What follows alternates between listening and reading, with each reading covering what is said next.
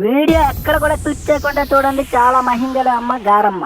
బలరాముడు ప్రతిష్ఠించిన 5 పంచలింగాలలో మణినాగేశ్వర స్వామి ఆలయం చివరిది. ఇది శ్రీకాకుళం జిల్లా నుండి 7 కిలోమీటర్ల దూరంలో ఉంది. కల్లాపిల్ల గ్రామంలో ఈ గుడి పక్కనే గారమ్మ తల్లి గుడి ఉంది. ప్రతి 3 సంవత్సరాలకు కూడా గారమ్మ తల్లి ఉత్సవాలు జరుగుతాయి.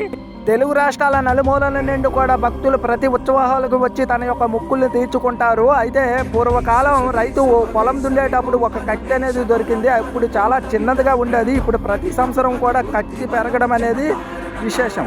గారమ్మ తల్లి మొదట వెలిసేది ఈ ప్రదేశంలోనే. అయితే ఈ ప్రదేశంలోనే భక్తులు వారాలు చేసేటప్పుడు మొక్కులు ఇక్కడ తీర్చుకుంటారు. అలాగే జంతు బలులు కూడా ఇక్కడ ఇస్తారు. ఇంతకు ముందు నేను కూడా జంతు బలులు ఇచ్చేవాడిని, కానీ ఇప్పుడు ఇవ్వడం మానేశాను. ఎందుచేతనంటే మన సనాతన ధర్మ ప్రకారంగా అయితే జంతు బలి ఇవ్వకూడదు. వేదాలలో కానీ పురాణాల్లో కానీ భగవద్గీతలో కానీ ఎక్కడ కూడా జంతు బలి అనేది లేదు. మరి ఈ వీడియోపై మీ కామెంట్ ఏంటో మాకు తెలియజేయండి. సర్వేజన సుఖనో భవంతు. జై శ్రీ